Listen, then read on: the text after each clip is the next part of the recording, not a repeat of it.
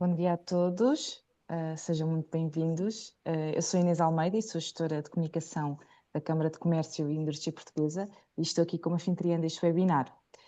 Dou também as boas-vindas aos nossos oradores, à Maria Carvalho e ao Filipe Lousa, e gostaria de vos informar que este webinar está a ser gravado e que a gravação vai ser partilhada no canal do YouTube da CCIP.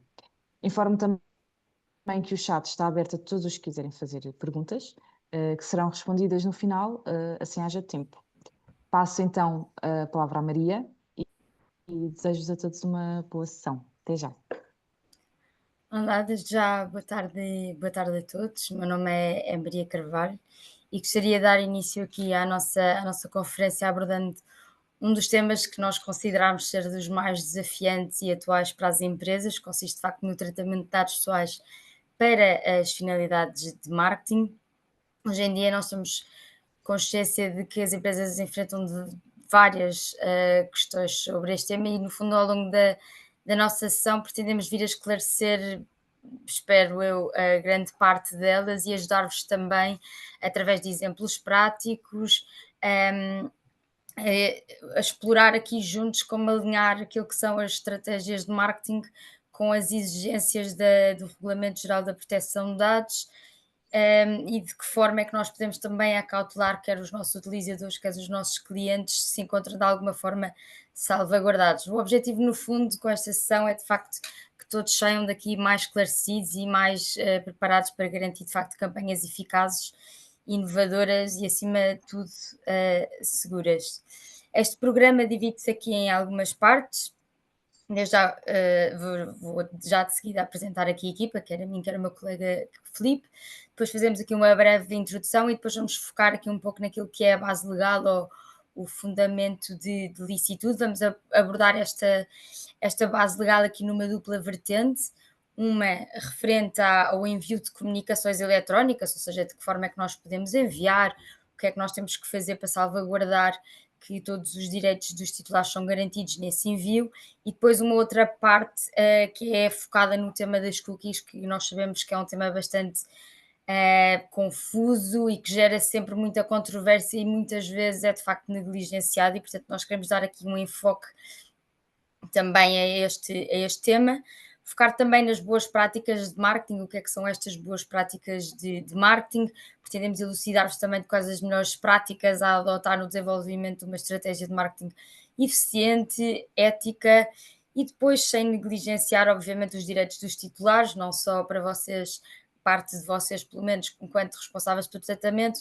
mas também para vocês, enquanto titulares dos dados e pessoas que de facto têm direito e que todos os dias são confrontados com situações de recolha de dados.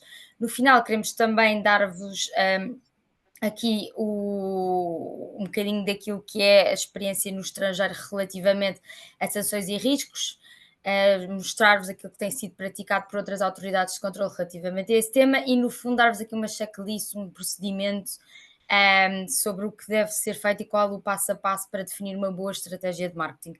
No final, terminamos, obviamente, com o Q&A, porque queremos, obviamente, que saiam daqui esclarecidos e elucidados relativamente a todos estes temas. Vou passar agora a palavra só ao meu colega Filipe para se apresentar. Olá, bom dia a todos. Muito gosto de participarem neste webinar. Pronto, aqui a Maria já fez uma boa introdução ao tema e à forma como este vai ser apresentado. Eu trabalho na área de proteção de dados, sou um advogado para empresas a nível internacional já, sei lá, mais de 15, 20 anos. E sobretudo tenho auxiliado e colaborado com vários departamentos de marketing a nível global, marketing digital. E a parte disso também desenvolvi uma carreira académica na Faculdade de Direito, sendo docente durante alguns anos. E pronto, depois entrarei nos temas que me caberão explicar e no fim terei todo o gosto também em responder, como a Maria já falou, a perguntas que sejam colocadas. Obrigado.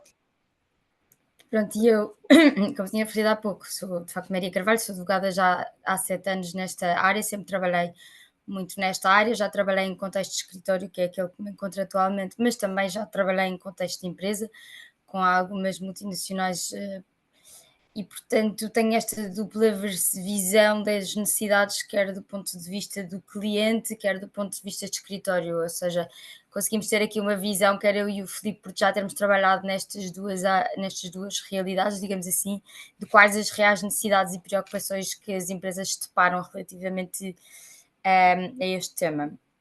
Passando agora por explicar e fazendo aqui uma breve introdução, uma das questões principais que se colocam nestes temas do marketing, e um dos maiores desafios de facto é perceber com que base, não é? Ou com que legitimidade, digamos assim, eu posso de facto recolher, utilizar ou partilhar os dados dos meus clientes, digamos assim.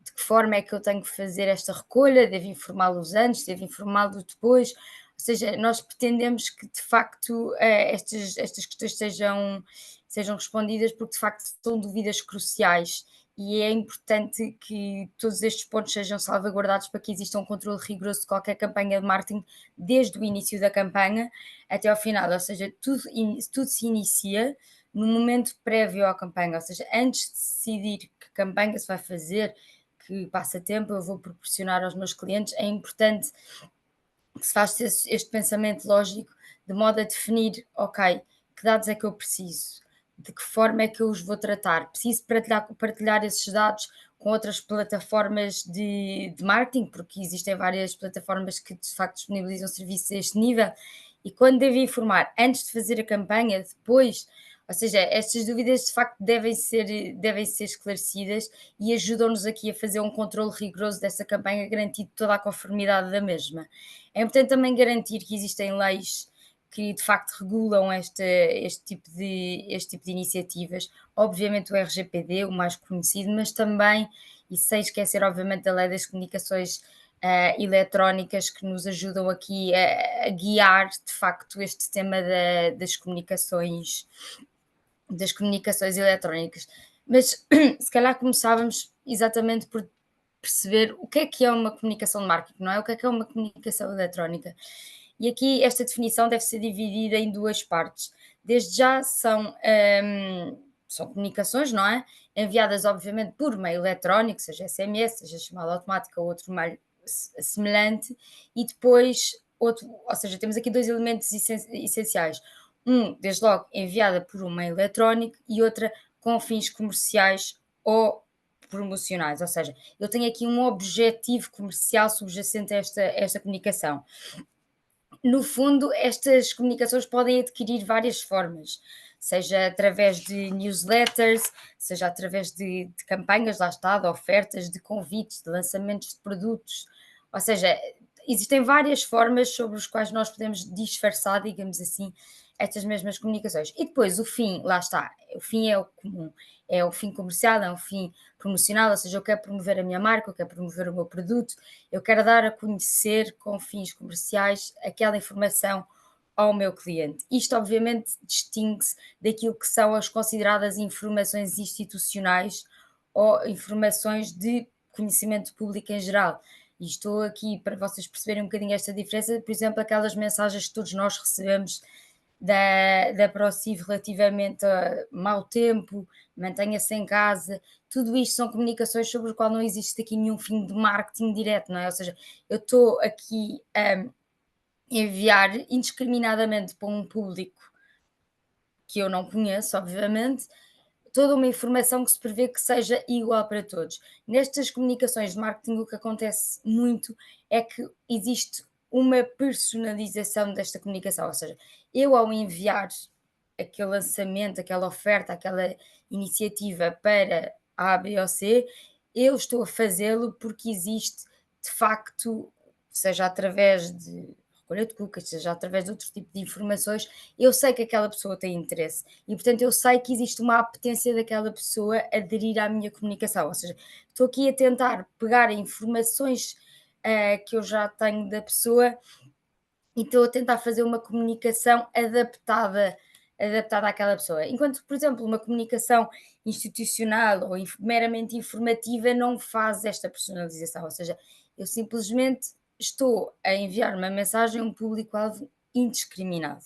E, portanto, esta é a diferença porque há muita dúvida relativamente a se todas as mensagens ou e-mails que eu recebo são de facto marketing ou não. Algumas são, efetivamente, outras não são. E o nosso foco, e é isso que eu quero que retenham, é quem é o vosso público-alvo, qual é o target, qual é o objetivo subjacente a essa comunicação. Estes são os pontos mais importantes que me definem aqui a distinção entre uma campanha de marketing e uma comunicação, por exemplo, institucional. Relativamente à base legal, e respondendo aqui à primeira pergunta que nós referimos aqui no slide passado, com que base é que eu posso recolher os dados dos meus clientes, utilizadores ou titulares dos dados? Em regra, ou seja, a regra geral, deve ser utilizado o consentimento prévio, ou seja, antes do envio da comunicação, para se proceder ao tratamento dos dados do titular.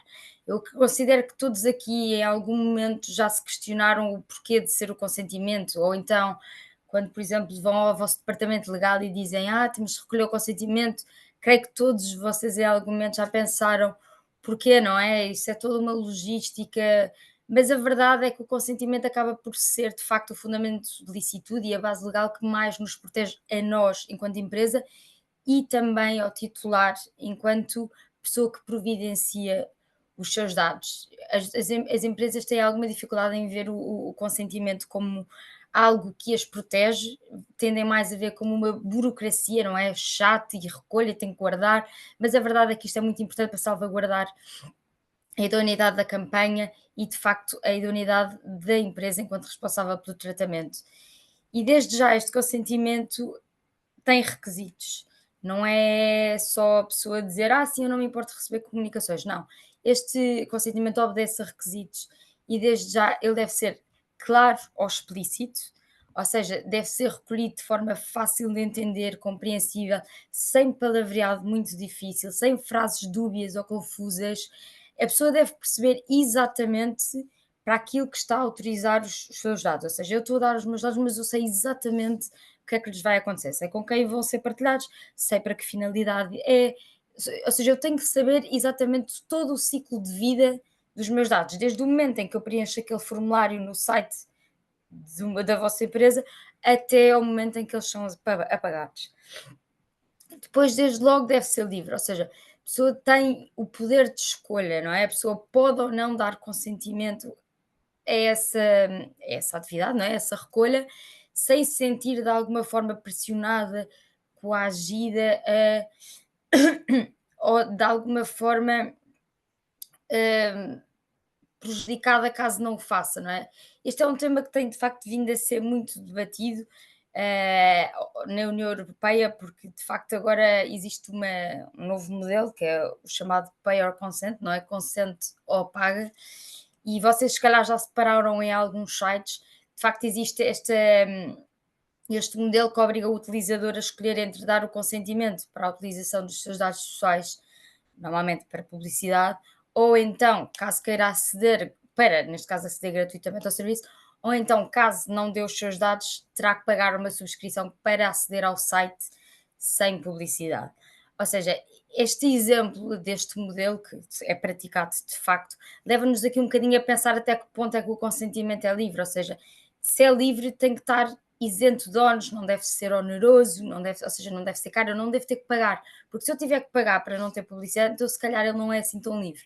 E este é um tema que de facto tem vindo a ser muito, muito discutido e há várias posições relativamente a isso, mas aquilo que eu vos quero que foque, ou seja, aquilo que eu quero que foquem mesmo é que deve ser um consentimento sem condições, ou seja, eu não posso prejudicar a pessoa nem dar uma vantagem propriamente, ou deveria dar uma vantagem propriamente à pessoa, prejudicando assim os outros que não dão, se eu tiver a recolher o consentimento. Por caso isso ocorra, de facto, é questionável se o consentimento de facto é livre ou não. E portanto este tema é aqui importante. Depois, o consentimento deve ser informado, ou seja, a pessoa só deve dar o consentimento depois de saber tudo o que vai acontecer aos seus dados, ou seja, quem vai usar os dados, com quem vou partilhar os dados, como posso tirar o consentimento, porque este consentimento, lá está, vamos agora um bocadinho ao ponto a seguir, deve ser facilmente retirado, ou seja, eu devo poder dar o meu consentimento, mas retirá-lo a qualquer momento, lá está, sem qualquer tipo de implicação, de forma fácil, sem ser prejudicado por isso. E depois, lá está a parte que mais se considera aqui maçadora e burocrática para as empresas, este consentimento tem que ser documentado. E documentado pode ser através de uma plataforma, pode ser através de um Excel. É importante é que a empresa guarde de facto evidências de que essa pessoa deu o consentimento com a data, com a hora, também para que quando a pessoa, na eventualidade da pessoa vir a retirar o seu consentimento, se possa perceber mais facilmente qual é a intenção da pessoa, para onde é que a pessoa caminha, será que está a funcionar bem o consentimento, porque é que ela retirou o consentimento, ou seja, há toda uma série de análises que se pode fazer através desta mesma informação. E por fim, vou falar aqui de uma outra base legal, lá está que é o interesse legítimo, que é, então mas e quando eu não quero recolher o consentimento, há alguma outra opção, há alguma outra via? E aqui aquilo que eu vos digo de facto é que existe sim o interesse legítimo, é utilizado por várias empresas, permite de facto enviar comunicações, contudo obedece a condições. Ou seja, eu posso enviar comunicações, ou seja, tendencialmente promocionais ou comerciais, contudo, única e exclusivamente sobre produtos ou serviços análogos ou semelhantes àqueles que já foram comprados pelo nosso cliente. Dar-vos aqui um exemplo, por exemplo, se eu comprei o livro numa livraria online e a livraria, ou seja, depois dessa compra envia mensagens sobre outros livros do mesmo autor, do mesmo género, ou seja, são produtos parecidos com aqueles que eu adquiri, ou seja, há aqui um legítimo interesse porque de facto a empresa, ou pronto, a livraria neste caso, considera que eu posso ter interesse naquela informação em virtude da aquisição de um outro produto. O que difere completamente da comunicação que falámos anterior, que aqui na comunicação que falámos anterior, de facto, não existe esta condição, ou seja, eu não comprei nada, eu não adquiri nenhum serviço, simplesmente aquela empresa acha que pode fazer sentido enviar-me aquela comunicação e, portanto, sem que eu tenha tido aqui uma posição ativa, eles optam por me enviar essas comunicações. Aqui não, aqui há uma posição ativa, é minha, eu de facto comprei o produto e depois essa empresa optou por me aconselhar um produto semelhante. Contudo, isto obedece, lá está, a condições, isto não pode ser utilizado de forma indiscriminadamente e obedece de facto, desde logo, a um teste de ponderação, ou seja, a empresa, neste caso o responsável do tratamento, tem de facto fazer um teste de ponderação que assegure que os direitos dos titulares não são prejudicados face aos reais interesses da empresa. Porque, no fundo, porque é que a empresa me está a enviar este e-mail? Porque quer que eu adquira mais produtos, sejam parecidos, não, quer é que dar-me a conhecer mais produtos semelhantes para, no fundo, obter aqui uma mais-valia que é a minha compra. E, portanto, eu ao enviar esta comunicação, eu tenho que perceber, enquanto responsável, enquanto empresa, que de alguma forma estou a prejudicar ou lesar os direitos do meu cliente ao receber essa informação. E depois eu tenho que garantir que, como não existiu consentimento, eu tenho ali um mecanismozinho que é comumente chamado opt-out ou unsubscribe, que já devem ter visto aí inúmeros e-mails que recebem na vossa caixa de correio, que deve ser fácil, deve ser acessível e cada vez que me enviam uma comunicação deste teor, eu de facto devo ter aquele botãozinho, aquele mecanismozinho disponível para poder deixar de receber essas informações. E é importante isto, porque nem todas as empresas fazem isto. É importante que se cumpra este mecanismo de subscribe e de opt-out e dar de facto importância, dar de facto a oportunidade às pessoas para decidir. E agora entramos na parte dos cookies e passo aqui a apresentação para o meu colega Filipe. Pronto. Entrando aqui agora numa matéria que já, portanto, que é um pouco que é paralela à questão das comunicações e que a maior parte dos profissionais de marketing, portanto, se confronta, sobretudo a nível do marketing digital. Hoje em dia, os cookies que nós todos conhecemos e todos vemos os banners assim que acedemos a um website, é também uma forma muito relevante de adquirir conhecimento, de adquirir informação sobre os utilizadores do website. E, no fundo, perceber as interações que existem com o nosso site, em que páginas é que navegam, que produtos é que são adquiridos, e os cookies têm várias funções. Normalmente, isto aqui optámos aqui por também clarificar um pouco o que é, porque muitas vezes falamos indistintamente de cookies e não sabemos bem do que é que estamos a falar. E no fundo é um ficheiro que fica, portanto, há um ficheiro que fica, no fundo, memoriza a visita do utilizador que é feito ao website. Existem depois várias funções e já vamos ver, desde as cookies que são estritamente necessárias para o bom funcionamento do website, aquelas que são de marketing, outras que são para efeitos de contar o número de utilizadores. Portanto, todas têm diferentes tipos de funções. Depois, a par disso, falamos também muito dos beacons, portanto, que existem e que são, no fundo, permitem-nos saber, estou na página web, o que é que foi carregado, se foi aberto, que página é que foi visitada do website, e também tem uma função muito importante em termos de marketing digital. Sobretudo esta questão dos e-mails, em que muitas vezes também, há pouco a Maria estava a falar das comunicações de marketing, é relevante saber, até para perceber o nível de interação, saber se a comunicação é essa que pretendemos fazer, se o e-mail foi aberto ou não. Muitas vezes estas práticas são bastante intrusivas, daí que seja necessário atender precisamente às questões e à base legal com que recolhemos, neste caso, podemos enviar a comunicação, o consentimento ou o interesse legítimo, porque realmente é um mecanismo bastante intrusivo, saber se um e-mail foi aberto ou não, ou páginas é que andaram a ser visitadas. E depois temos a questão dos pixels que se foram normalizando nos últimos anos. Sobretudo, eu aqui identifiquei do Meta, o Facebook Pixel, que é talvez aquele que é mais conhecido por todos e que, no fundo, hoje em dia é o que é mais utilizado pelas empresas e, no fundo, é um código e permite, no fundo, isto tem várias funções. Uma delas, nós sabemos que quando queremos saber quantas pessoas é que efetivamente visitaram o website da empresa, é preciso também distinguir entre os utilizadores. Estamos a falar de um universo, por exemplo, 100 utilizadores visitaram esta página ao longo do dia. Mas desses 100, muitas vezes houve um que foi lá mais vezes visitar o website. Uma pessoa teve mais interações com o website.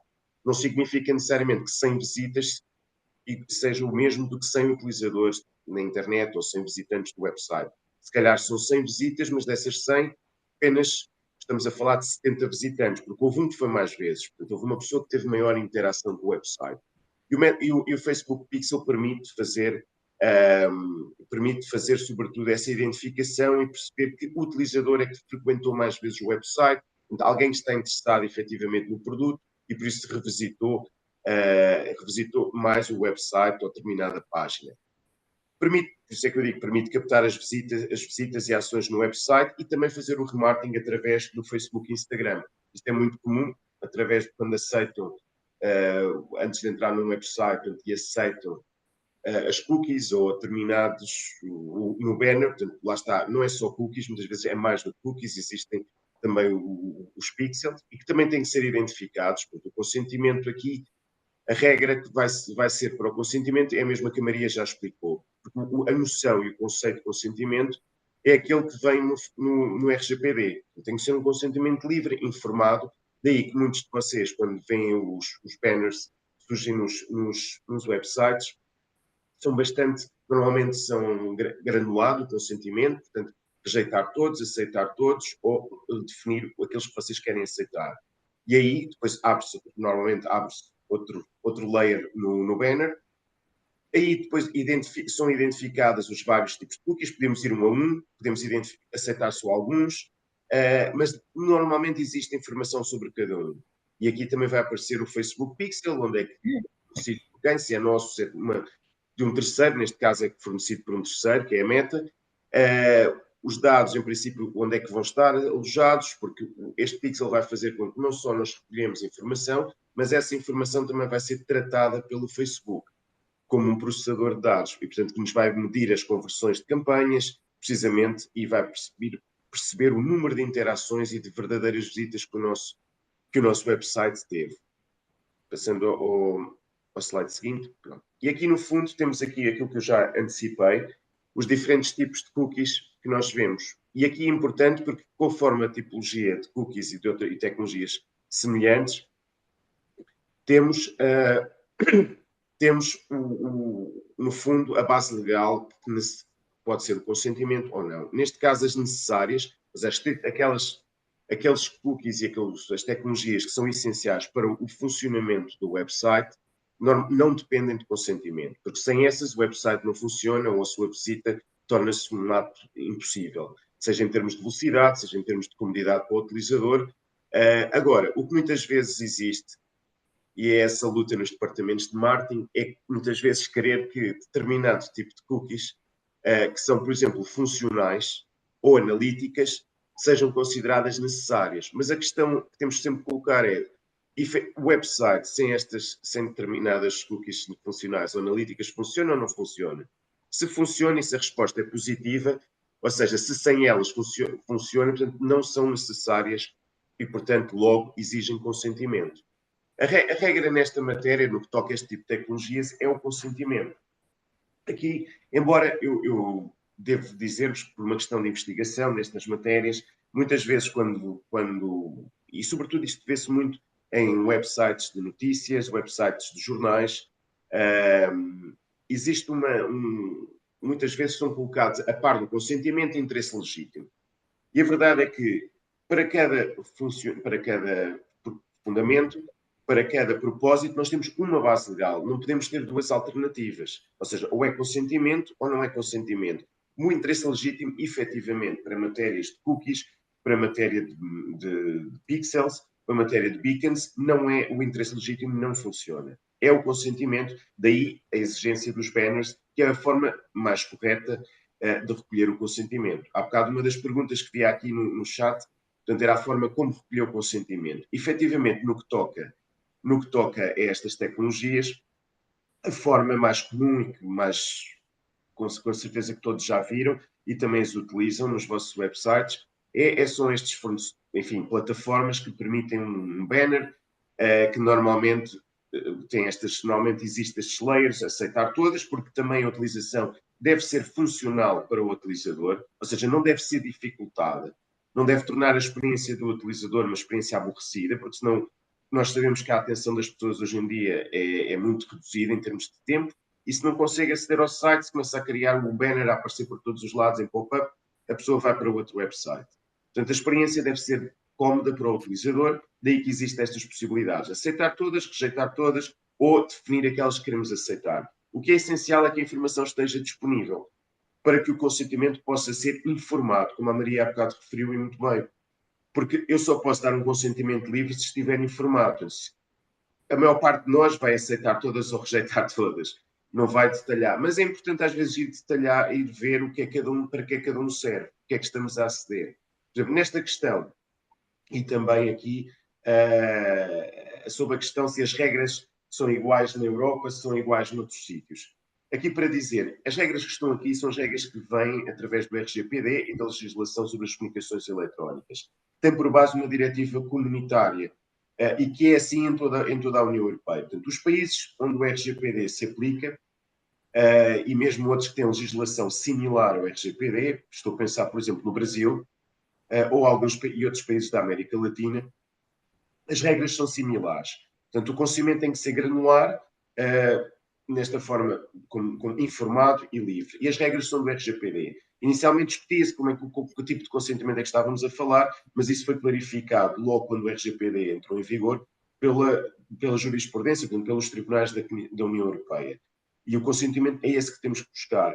Nos Estados Unidos, noutras latitudes, temos mecanismos diferentes. Efetivamente, o que aparece é um denominado soft opt-in, e normalmente o que temos é a possibilidade de rejeitar a qualquer momento. Mas os cookies já estão instalados na nossa máquina, no nosso computador, assim que entramos no website. Mas volto a dizer, isto é uma matéria, aqui temos que ter atenção a quem é que nos dirigimos e onde é que o nosso site está alojado e qual é o nosso mercado.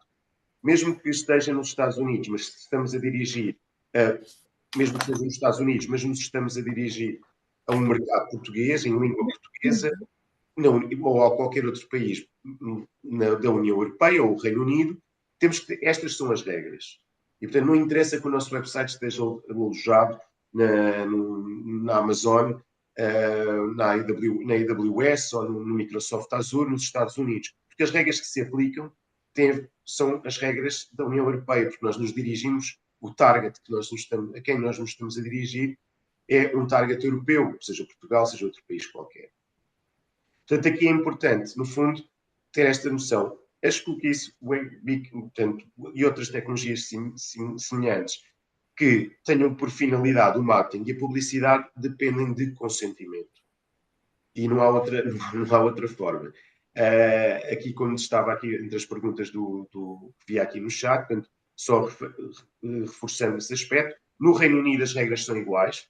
Portanto, apesar do Brexit, portanto, a Inglaterra continua-se a aplicar o RGPD, que é uma versão igual ao RGPD que se aplica em todos os nossos países, em todos os países da União Europeia, da mesma forma que a legislação sobre as comunicações eletrónicas. Porque, como eu disse, essa legislação foi transposta através de uma diretiva já há vários anos e o Reino Unido transpôs essa diretiva para a legislação interna e não há grande diferença. Aliás, as orientações que são dadas pela autoridade, que é o UK ICO, portanto, o Information Commission Office, da mesma forma que são outras autoridades na Irlanda, em Portugal, nesta matéria, as orientações são iguais. Aqui não há muito a fugir. Portanto, nos beacons também temos sempre o consentimento, por exemplo, na questão das newsletters, visualização de campanhas, é evidente que depende do consentimento. A maior parte, muitas vezes as empresas tentam fugir e contornar este consentimento, mas efetivamente é necessário porque é uma prática extremamente intrusiva, saber se alguém no seu computador abriu ou deixou de abrir uma newsletter no e-mail.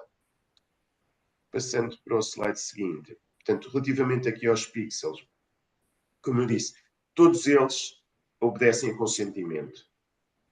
E aqui esta matéria é relativamente importante porque estes dados vão ser tratados, se nos fixarmos na meta, existem outras modalidades de pixels, não unicamente aqueles que são disponibilizados pelo Facebook, pela Meta, mas neste caso concreto havia esta questão, é que muitas vezes estes dados depois iam ser analisados nos Estados Unidos, o que implicava uma transferência de dados da União Europeia para os Estados Unidos. Portanto, a pessoa tem que saber que os seus dados vão viajar, vão cruzar, portanto, as fronteiras da União Europeia e vão ser tratados nos Estados Unidos, onde a legislação é diferente, onde o nível de proteção é diferente. Neste momento, tanto a Meta como a AWS, também tem os seus pixels, são ambos certificados portanto, de acordo com um mecanismo que é o Data Privacy Framework, que no fundo é um mecanismo que substituiu o antigamente denominado Privacy Shield e que faz com que as empresas certificadas neste mecanismo, os dados para elas transferidos é a mesma coisa que se tiverem a ser transferidos dentro da União Europeia.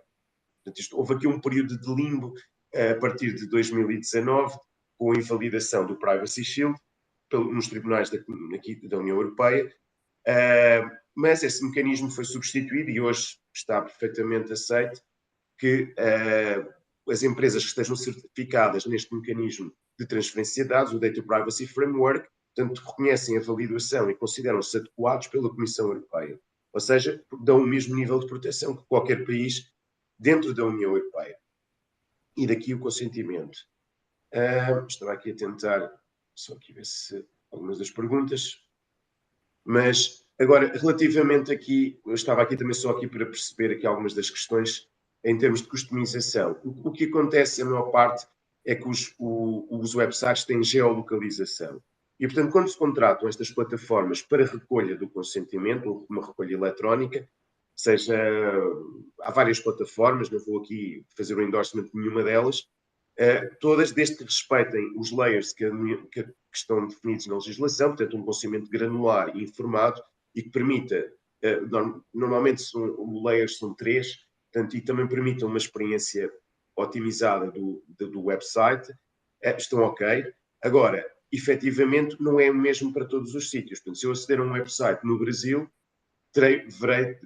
enfim, neste caso a legislação brasileira é muito similar ao RGPD e, portanto, não creio que não haverá grandes diferenças. Mas se estiver nos Estados Unidos e aceder o site através dos Estados Unidos, o banner que eu vou ver provavelmente só aparece em baixo e não aparece a informação a pedir-me consentimento, porque não há nada na legislação americana que exija um prévio consentimento. O que prevê é que eu possa facilmente recusar esse consentimento a qualquer momento. E, portanto, esta questão da geolocalização é relevante e todas estas plataformas oferecem essa possibilidade. Caminhando para a frente. Desculpa. Pronto. Em termos de boas práticas, aparece aqui neste slide, no fundo temos aqui uma síntese dos vários princípios que devemos ter em conta quando decidimos avançar com uma campanha publicitária. A questão do princípio da transparência, que se traduz na questão do aviso de privacidade. Portanto, quando eu vou recolher dados para efeitos de marketing, para fins de marketing, tenho que informar para que é que vou, como a Maria há bocado me explicou, como, e isso é feito através de um aviso de privacidade, que depois pode remeter um link para a nossa política de privacidade da empresa, onde vamos explicar como é que esses dados são recolhidos, como é que os utilizadores podem exercer os seus direitos, se tiverem dúvidas sobre alguma questão, quem é que devem contactar. Depois temos aqui a questão do princípio da minimização dos dados. Ou seja, com o RGPD este princípio clarificou que nós só devemos recolher os dados que efetivamente necessitamos. Portanto, se eu para uma campanha, se eu necessito do e-mail, o contacto de e-mail, preciso perceber, por causa do público-alvo, qual a posição desta pessoa na empresa, se estamos a falar de um diretor, se estamos a falar de um mero utilizador, se estamos a falar de um nível C, essa questão eu vou recolher no consentimento. Um exemplo concreto, fazer o download de um e-book, que é um meio muito comum de promover os produtos de uma empresa através destes recursos que são muitas vezes disponibilizados nos websites das empresas. E recolho os dados, vou pedir o e-mail, vou pedir a posição, a empresa a que a pessoa pertence. Mas se calhar o telefone não faz muito sentido. Porque se eu não vou telefonar ou se não vou fazer nenhuma campanha de telemarketing, e efetivamente para fazer o download de um e-book, eu não preciso do telefone de ninguém. A menos que estejam em... E aí, portanto, esta questão, isto é preciso ter em consideração que tipo de dados e que quantidade de dados é que eu vou recolher. Da mesma forma que eu, ao recolhê-los, que tipo de dados é que eu vou preservar e se necessita efetivamente de todos aqueles dados que recolhi. Provavelmente não, e portanto, porque se ocorrer uma situação de violação de dados, uma data breach, e eu tiver mais dados do que devia, a minha exposição, o meu risco, enfim, a responsabilidade que posso ter que enfrentar é muito superior. A questão de minimizar os dados não é apenas uma questão de pensar nos direitos dos titulares, mas também na própria gestão do risco em termos empresariais. Depois temos aqui a questão da gestão dos fornecedores. Devemos selecionar que tipo de fornecedores de dados é que vamos escolher, é que vamos utilizar. Provavelmente muitos de vós recorrem a fornecedores como o Cognizant ou o Discover.org, alguns desses que todos dizem que são RGPD compliant, todos dizem que respeitam o RGPD, o que não é bem assim. E, portanto, aqui é preciso ter alguma cautela, porque todos eles dizem que recolheram o consentimento, ou então fazem uma distinção entre dizem, não, nós só recolhemos dados empresariais e profissionais e, portanto, não estamos a falar de contas de Gmail, não estamos a falar de contas de Yahoo e, portanto, não são dados pessoais, são dados profissionais. Ora, isto é uma ficção porque o RGPD, primeiro, não distingue entre dados profissionais e contas de Gmail ou contas de empresa.com. Portanto, esta questão é uma falsa questão que muitas vezes é apenas apresentada por estes fornecedores, essencialmente norte-americanos. O Cognizant é um deles, que é talvez dos mais utilizados pelos departamentos de marketing e que diz sempre que é RGPD compliant, mas é uma história muito mal contada. E, aliás, o que muitas vezes estas empresas fazem é o licenciamento de uma base de dados de contactos que adquiriram. Agora, a forma como esses contactos depois foram adquiridos é que é outra questão. E se a forma como esses dados foram adquiridos não é legítima, não é legal, a nossa utilização também não é legal. E por isso é relevante que quando selecionem os vossos fornecedores, analisem bem os termos e condições, os contratos que são apresentados por estas empresas, porque normalmente excluem todas as responsabilidades e põem na empresa que está a adquirir o licenciamento, o acesso a essa base de dados, todas as responsabilidades na forma como vão tratar os dados. E daí que muitas pessoas que são contactadas depois vão dizer como é que eu obteve os meus dados, eu não dei consentimento nenhum, não conheço a vossa empresa de lado nenhum, e normalmente aqui, depois temos que, enfim, respeitar, mas como é que vocês adquiriram os meus dados, e normalmente quando vamos pedir a estas entidades, então, mas disseram que havia consentimento, temos uma evidência do consentimento, e normalmente nunca têm. Por isso, aqui é preciso algum cuidado na forma como estes terceiros a quem recorremos. E depois, normalmente, a questão do princípio da licitude do consentimento, já foi bem explicado pela Maria anteriormente, e que aqui também, no fundo, é nós recolhemos, temos uma base legal, o consentimento para quê, qual foi, tem que ser informado, portanto, qual a finalidade para a qual recolhemos, ou seja, eu não posso recolher dados, por exemplo, se eu recolhi os dados para uma finalidade, enfim, que está relacionada com um e-book ou com um download de outra informação, eu não posso estar depois a utilizar esses dados para outras comunicações. Ou seja, se eu digo que é para para comunicações sobre os meus produtos e serviços, eu não posso estar a pegar nesses dados, passaram esses dados a um parceiro, a alguém que, por exemplo, organizou este webinar em conjunto connosco, para que depois esse terceiro comece a fazer, no fundo, o vulgar spam e uma série de e-mails sejam enviados, porque essa pessoa não deu esse consentimento, não foi para essa finalidade. E aqui é muito relevante, porque se isso vai acontecer, se eu vou transmitir os meus dados a uma entidade terceira, então eu também tenho que informar que vou transmitir esses dados. E aí é necessário outro consentimento. Portanto, um primeiro consentimento para eu comunicar com as pessoas, para lhes apresentar os meus produtos e serviços. Outro consentimento para passar os dados que eu recolhi, que a minha entidade recolheu, para uma entidade terceira, seja, por exemplo, um sponsor de um webinar, seja um sponsor de um evento que eu organizei, porque depois quer ter acesso aos participantes do evento. Mesmo nesse caso, é preciso que esse consentimento seja recolhido. E pronto. Entretanto, Maria. Sim, só aqui para mencionar um pouco, eu acredito que todos vocês já estejam um pouco familiarizados com estes direitos, eh, mas basicamente só aqui para mencionar muito rápido, é importante informar os nossos clientes, os nossos titulares, os nossos utilizadores de que de facto têm direitos e que podem exercê-los a qualquer momento e sem condições subjacentes.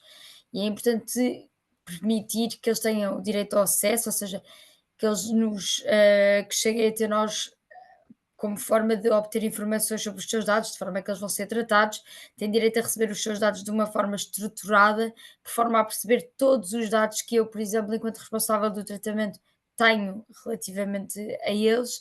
Têm também o direito à retificação, têm o direito de solicitar quer a correção, quer a atualização dos seus dados, que por vezes podem estar incorretos, ou seja, imaginemos que mudamos de morada ou que damos de e-mail, de forma a garantir que de facto nós conseguimos chegar à pessoa e que não estamos a utilizar dados que de alguma forma não nos permitem chegar à mesma.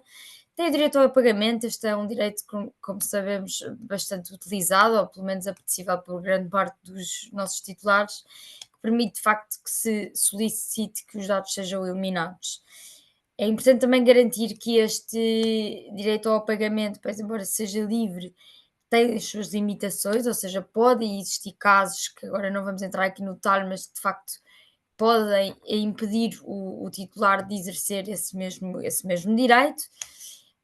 E portanto é importante garantir que sempre que estamos perante um direito ao pagamento sejam vistas todas as circunstâncias para garantir que de facto os dados já não são necessários e podem ser apagados, ou, por exemplo, que o prazo de conservação já expirou. Direito de oposição acontece muito como no caso, por exemplo, do opt-out que falámos há bocado, ou do unsubscribe, é a possibilidade do nosso titular de dados relacionado com uma determinada situação, ou seja, retirar ou opor-se ao tratamento dos seus dados para uma determinada finalidade. Por exemplo, isto acontece muito no âmbito do marketing direto. Direto à portabilidade, que é de facto a possibilidade do cliente, por exemplo, quando muda de serviços de operadoras, solicitar que a sua informação lhe seja disponibilizada num formato estruturado e de transferência automática para um outro serviço. Não é o direito mais comum, mas de facto existe essa possibilidade, é importante garantir que sempre que possível o façam. E o direito à limitação, este também acaba por não ser um direito muito comum ou utilizado, mas que no fundo nos permite congelar aqui temporariamente a utilização dos dados por variedíssimos motivos, seja porque estão incorretos, seja porque falta um determinado dado, ou seja, isto acontece em situações muito restritas, mas no fundo corresponde aqui a um bloqueio dos dados por um determinado período de tempo. Muito sucintamente também falar aqui daquilo que são as nossas sanções e riscos.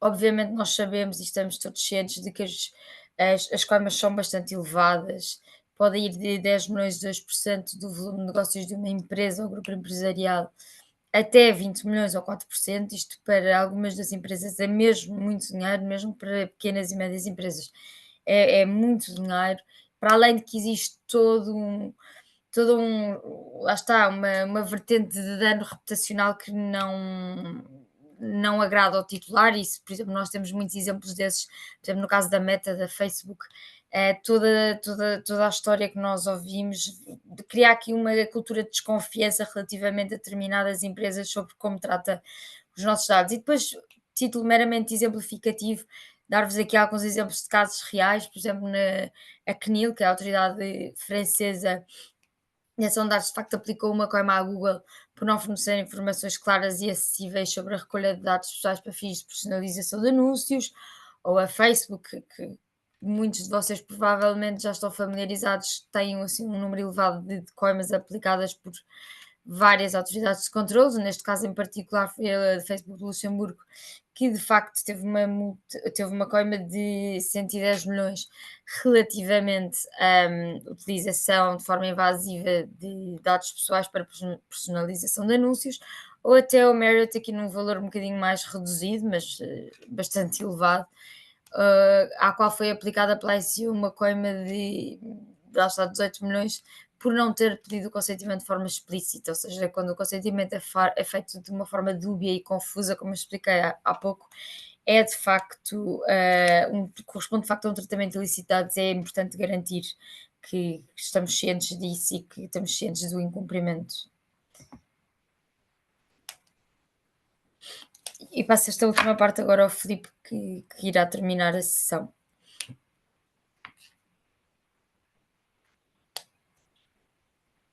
Está bem, Monte, peço desculpa. Aqui temos aqui uma proposta final de vários passos, que no fundo é uma checklist e um procedimento para uma campanha. No fundo, passa sempre por perceber uma análise prévia, de saber qual é a base legal que vamos utilizar e que vamos recorrer, e cada campanha, esta é uma salvaguarda, deve ser analisada caso a caso. Portanto, isto não é um size fits all e, portanto, temos que ter isso em consideração. O consentimento já sabemos que deve ser recolhido de forma lícita, já foi amplamente explicada essa questão. No caso do interesse legítimo, temos que ter bastante atenção. Aliás, como a Maria explicou no início, existem várias regras, porque aqui combinamos a legislação das comunicações eletrónicas com o RGPD. E se o marketing direto aparece como um dos exemplos de interesse legítimo, mas não pode ser utilizado de uma forma indiscriminada. Portanto, uma das questões, como aliás o teste de ponderação que a Maria falou, o chamado Legitimate Interest Assessment, é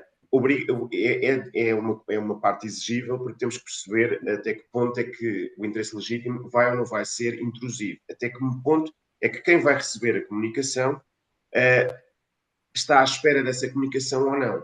Daí que existam alguns limites na forma como vamos utilizar os dados. Então, se a pessoa já adquiriu um determinado produto, um determinado serviço, é expectável que receba alguma informação ou sobre uma evolução, sobre uma nova feature de um produto ou serviço, ou algum produto similar. Se nunca recebeu nada, se nunca comprou, o interesse legítimo deixa de ter sentido. O facto de ter comprado naquela loja, por exemplo, um sapato, não quer dizer que tenha interesse em saber sobre uma máquina de lavar. São coisas completamente distintas. Depois, aqui esta questão se estamos a fazer uma campanha que tem demasiados riscos, ou seja, se estamos aqui numa franja legal e que temos algum receio, efetivamente, de uma forma de mitigar esses riscos é fazer um Privacy Impact Assessment, neste caso um DPAA, como aparece no RGPD, referido, portanto, neste caso uma análise de risco de proteção de dados e consultar o DPO caso a empresa o tenha, ou então outro profissional seja responsável na empresa pelo cumprimento com a legislação de proteção de dados.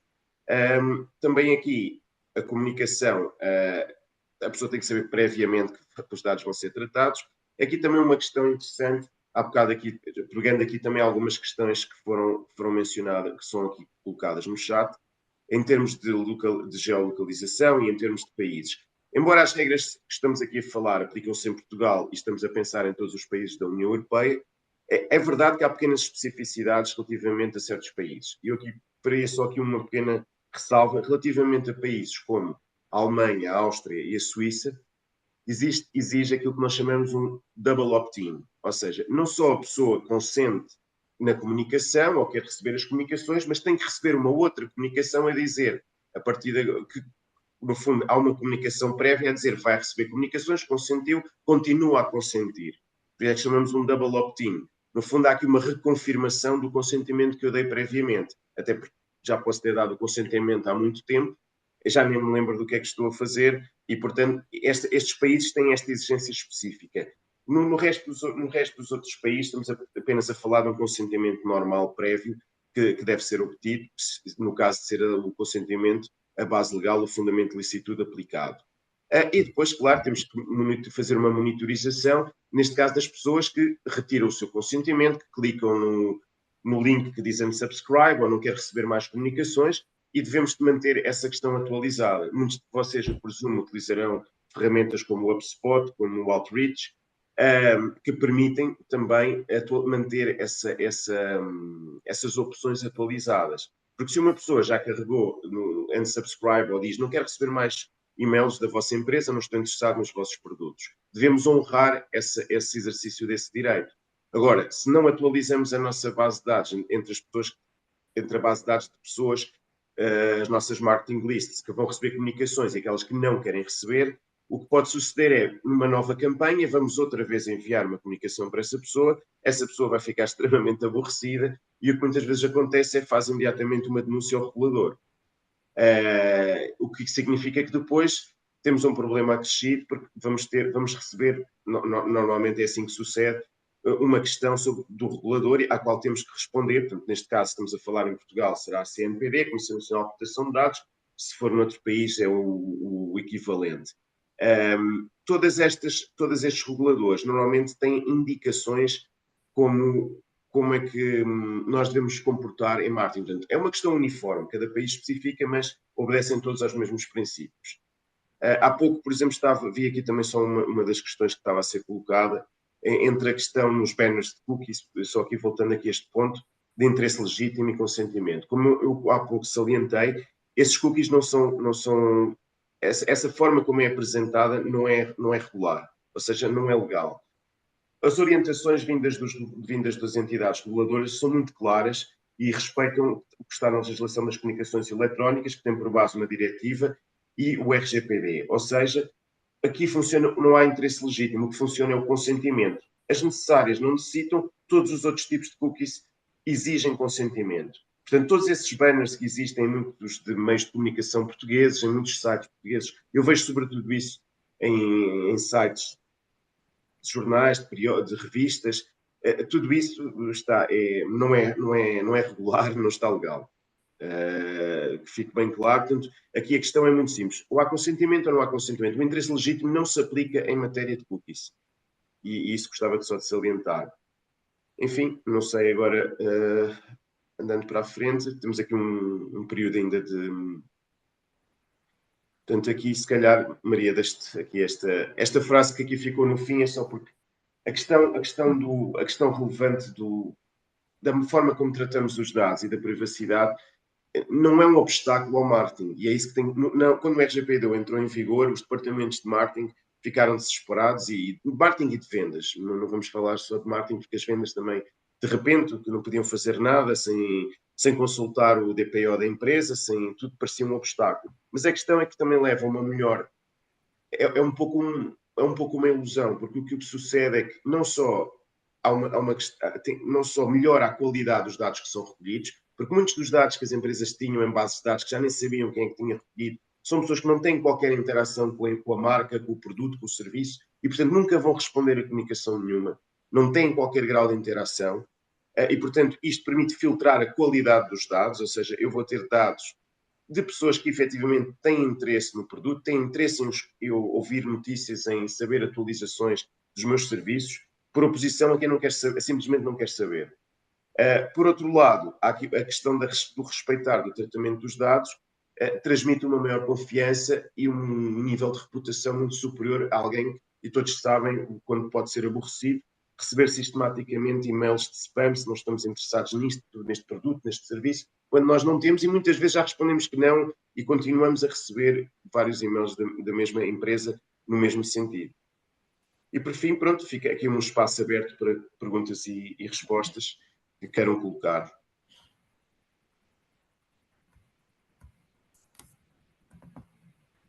Maria, queres pegar aqui em algumas questões e talvez, não sei. Como estava aqui a partilhar, não consegui fazer esse acompanhamento como tu. Então, eu posso pegar aqui numa questão que veio aqui, que pareceu relevante, que é como se articula a Diretiva e-Privacy e a Lei das Comunicações Eletrónicas com o RGPD. Pronto. Isto para dizer que a Lei das Comunicações Eletrónicas corresponde à transposição da Diretiva e-Privacy. Portanto, as diretivas não se aplicam diretamente nos Estados-membros e obriga, ao contrário dos regulamentos, como o RGPD, que é um regulamento europeu, e que se aplica diretamente nos Estados-membros. A partir do momento que é publicado e que chega tem uma data fixa para entrada em vigor, aplica-se igualmente em todos os Estados-membros.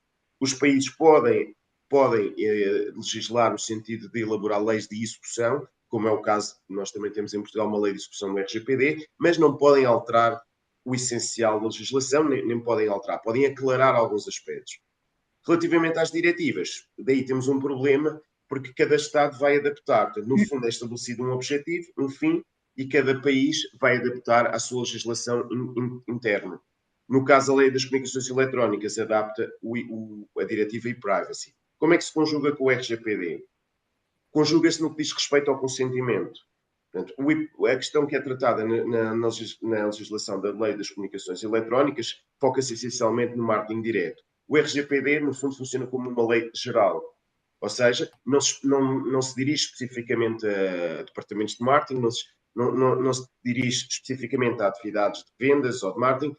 É uma lei geral que se aplica à proteção de dados. Como é que interage? Na questão do consentimento, ou seja, para analisar como é que o consentimento deve ser obtido, tenho que olhar para o RGPD. Aliás, isto foi objeto de um processo no Tribunal Europeu, portanto, no Tribunal Europeu, que era como é que o consentimento devia ser aferido quando existia portanto, a legislação que correspondia à transposição do e-privacy e existindo o RGPD. E o Tribunal foi muito claro, tinha que haver uma atualização no sentido da noção de consentimento, porque a legislação inicial remetia para uma outra diretiva anterior que foi revogada pelo RGPD. E, portanto, é aqui que existe esta interseção entre uma legislação e a outra. Aqui numa outra questão, já referi vi essa questão relativamente ao interesse legítimo, também já penso que já ficou claro.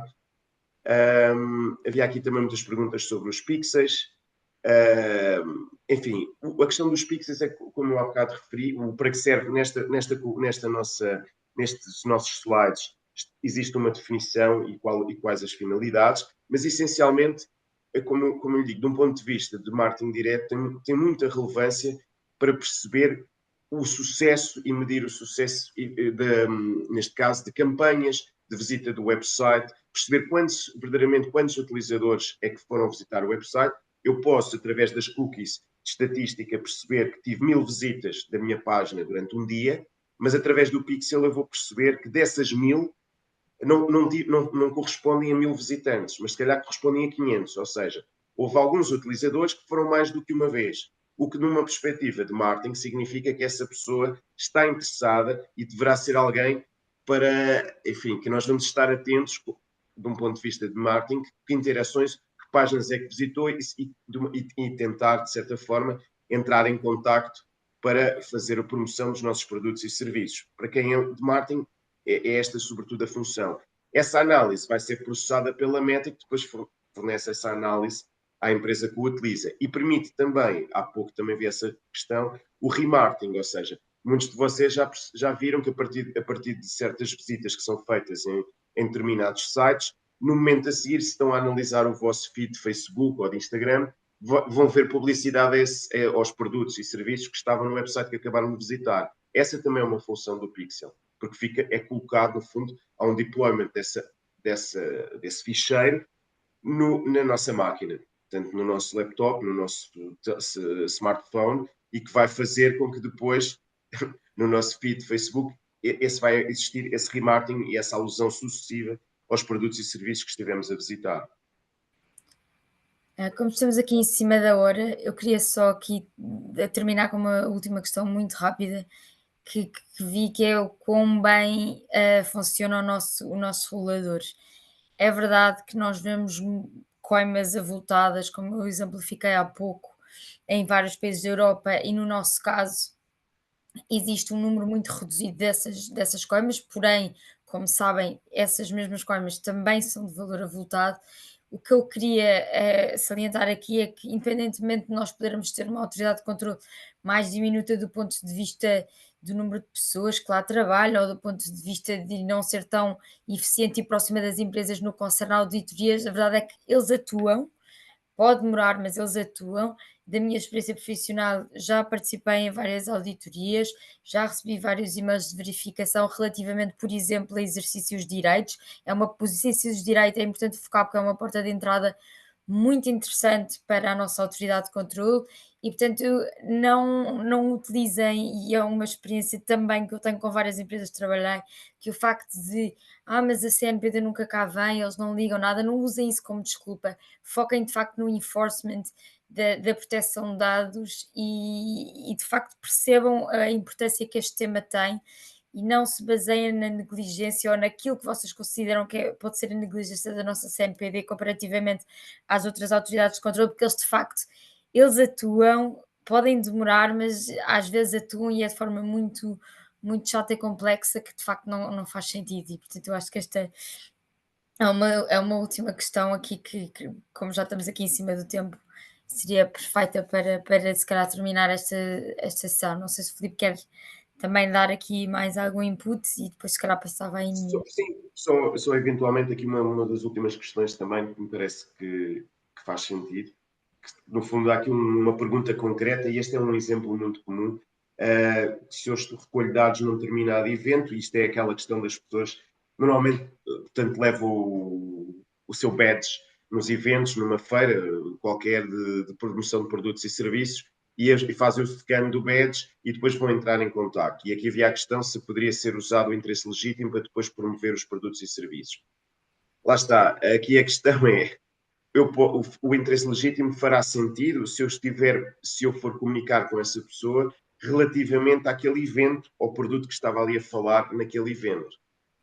Fazer um follow-up, portanto, alguém que esteve a interagir comigo no sítio onde eu estava a correr o certame, o que é que achou, se tem alguma questão, se quer que ponha em contacto com alguém do produto para explicar melhor, essa comunicação é feita ao abrigo do interesse legítimo. Agora, eu não posso estar, recolhi os dados da pessoa num certame, numa feira, e depois desatar-lhe a enviar e-mails sem mais nem menos, porque isso depois cai no que se chama o spam. E aí já são comunicações eletrónicas, comunicações não solicitadas. O vulgar spam todos conhecem. Portanto, não é bem. Aqui é preciso ter algum cuidado. E a fronteira entre o que é interesse legítimo e passa a ser spam nas comunicações é muito ténue. Se eu mandar se eu estiver num evento e uma semana depois fiquei com o contacto e volto a entrar e envio uma comunicação, gostaria de saber se ficou esclarecido, se tem alguma questão sobre os nossos produtos, se quer que. Pronto. Isso pode caber no interesse legítimo, mas lá está, tem que haver essa referência, tem que ser dada a possibilidade da pessoa fazer o unsubscribe, ou então digo, olha, não quero receber mais, enfim, de esclarecer que não quero receber mais comunicações, e esse aspecto tem que ser respeitado. Agora, se eu quero efetivamente promover produtos e serviços independentemente daquilo que estive a apresentar numa feira ou num certame, então necessito do consentimento.